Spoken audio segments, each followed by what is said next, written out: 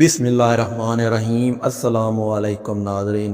حضرت علی کرم اللہ وجہ جنہیں شر خدا اور حیدر قرار کے لقب سے یاد کیا جاتا ہے، اپنی بہادری، قوت بازو اور ایمان کی پختگی کے لیے مشہور تھے۔ میدان بدر، احد، خندق، خیبر اور دیگر غزوات میں ان کی بے مثال شجاعت تاریخ کا روشن باب ہے۔ ان کی ذات میں ایک ایسی قوت اور رعب تھا جو صرف ظاہری کو طاقت سے نہیں بلکہ اللہ پر کامل توکل اور یقین سے آتا تھا۔ اسی پس منظر میں ایک مشہور واقعہ حضرت علی اور ہاتھی کے نام سے منسوب ہے۔ کہا جاتا ہے کہ ایک موقع پر دشمنان اسلام نے ایک ہاتھی کو میدان میں لا کر مسلمانوں کو ڈرانے اور خوفزدہ کرنے کی کوشش کی۔ وہ زمانہ تھا جب جنگ میں ہاتھیوں کو ہتھیار کے طور پر استعمال کیا جاتا تھا۔ بڑے بڑے جسم، مضبوط دانت اور خوفناک شکل کے باعث عام سپاہی ہاتھی کو دیکھتے ہی حواس باختہ ہو جاتے۔ روایت ہے کہ ایک بار جنگ کے دوران کفار نے ایک بہت بڑا اور وحشی ہاتھی تیار کیا۔ اس کے جسم پر لوہے کی زنجیریں اور زریں پہنائی گئیں۔ اس کے دانتوں پر تیز دھار والے خنجر باندھ دیے گئے تاکہ وہ دوڑتے ہوئے سامنے آنے والے کو چیر ڈالے۔ ہاتھی کے اوپر ایک مضبوط تخت باندھا دیا گیا جس پر دشمن کے چند ماہر تیر انداز اور نیزہ باز بیٹھے تھے۔ ان کا مقصد یہ تھا کہ ہاتھی میدان جنگ میں داخل ہو تو مسلمان خوف سے منتشر ہو جائیں اور پھر آسانی سے ان پر حملہ کر کے شکست دی جائے۔ جب یہ ہاتھی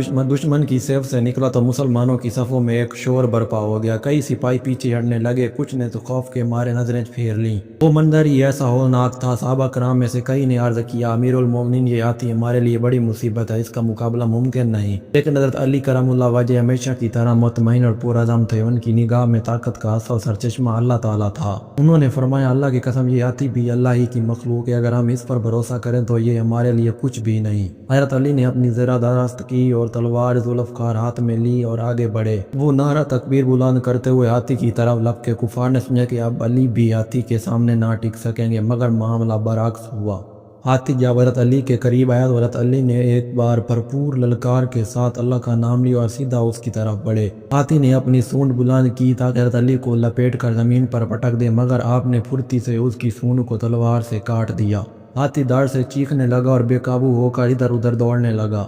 حضرت علی نے وقت ضائع نہ کیا، بجلی کی طرح ہاتھی کے سر کی طرف لپکے اور ایک ہی وار میں اس کے ماتھے کو پھاڑ دیا۔ ہاتھی دھڑام سے زمین پر گر گیا۔ اس کے اوپر بیٹھے دشمن سپاہی بھی نیچے آ کر ہلاک ہو گئے۔ یہ منظر دیکھ کر کفار کے دل دہل گئے۔ وہ ہاتھی سے وہ اپنی سب سے بڑی طاقت سمجھ رہے تھے۔ علی کے ایک ہی حملے میں زمین بوس ہو گیا۔ دشمن کی صفوں میں کھلبلی مچ گئی۔ مسلمان سپاہی جو پہلے ڈرے ہوئے تھے اب جوش ایمان سے بھر گئے۔ سب نے ایک زبان ہو کر نعرہ تکبیر بلند کیا، اللہ اکبر، اللہ اکبر۔ اس دن مسلمانوں کو زبردست فتح نصیب ہوئی۔ کفار کی چال الٹی پڑ گئی اور یہ ثابت ہو گیا کہ اللہ پر توکل کرنے والے مومن کے سامنے دنیا کی کوئی طاقت نہیں ٹھہر سکتی۔ حضرت علی کا ایمان ہمیں یہ سکھاتا ہے کہ مشکلات کتنی ہی بڑی کیوں نہ ہو، اللہ کی مدد شامل ہو تو وہ کچھ بھی نہیں۔ ہاتھی کا جسمانی وزن، طاقت اور وحشت ظاہری اسباب تھے، مگر حضرت علی کے دل میں ایمان کی قوت تھی اور وہ سب پر غالب آ گئی۔ جب لیڈر ڈرنے کے بجائے آگے بڑھتا ہے تو پوری قوم میں حوصلہ اور اعتماد پیدا ہوتا ہے۔ حضرت علی کی جرأت نے باقی مسلمانوں کو بھی ہمت دی۔ کفار نے سمجھا تھا کہ وہ ہاتھی کے ذریعے اسلام کے لشکر کو توڑ دیں گے، مگر وہ خود شکست کھا گئے۔ صوفیہ کرام اس واقعے کو ایک مثال کے طور پر بیان کرتے ہیں۔ ان کے نزدیک ہاتھی محض ایک جانور نہیں بلکہ نفس اور شیطانی قوتوں کی علامت ہے۔ انسان جب اللہ پر بھروسہ کرتا ہے تو وہ اپنے نفس کے ہاتھی کو بھی زیر کر لیتا ہے۔ حضرت علی کا کردار اس بات کی یاد دہانی ہے کہ مومن کی اصل طاقت اس کی روحانی پختگی اور یقین ہے، نہ صرف جسمانی قوت۔ حضرت علی کرم اللہ وجہ اور ہاتھی کا واقعہ ہمیں یہ سبق دیتا ہے کہ ایمان، یقین اور توکل سے بڑی رکاوٹ بھی آسان ہو جاتی ہے۔ ہاتھی جیسی ظاہری طاقت بھی شیر خدا کے سامنے نہ ٹھہر سکی۔ یہی وجہ ہے کہ آج بھی دنیا حضرت علی کو بہادری، غیرت اور ایمان کی علامت مانتی ہے۔